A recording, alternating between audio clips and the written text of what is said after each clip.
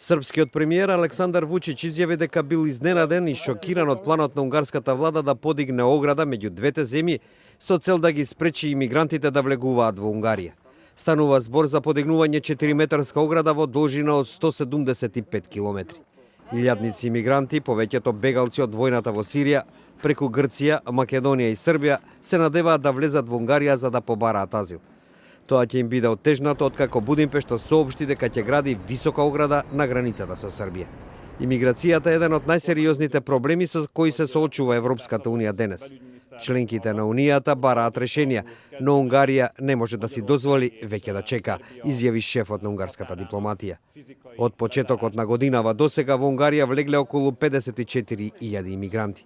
Србија веднаш одговори на унгарскиот план со кој фактички илјадници бегалци ќе останат на српска територија. Официјален Белград побара помош од Европската унија во справувањето со бранот имигранти. Зато позивам све држави Европske unije да нам у томе помогну. Ги повикав сите земји на Европската унија да ни помогнат, да дадат дополнителна помош за нашите напори, да ги заштитиме границите со соседните земји од каде што доаѓаат имигрантите.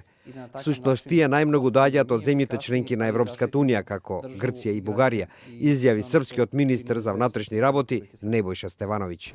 Според политичкиот аналитичар Слободан Ступар, планот за изградба на 4-метарска ограда на границата со Србија е своевиден протест на Унгарија против плановите на Европската унија да се справи со емигрантската криза, при што се вклучени квоти за тоа колку бегалци ќе прими секоја членка на Унијата. Мислим да е ово протест Маđarske, zapravo premijera Orbana. Тоа е протест на унгарскиот премиер Орбан, упатен до лидерите на Унијата, но и до Србија и може дополнително да изолира таа земја.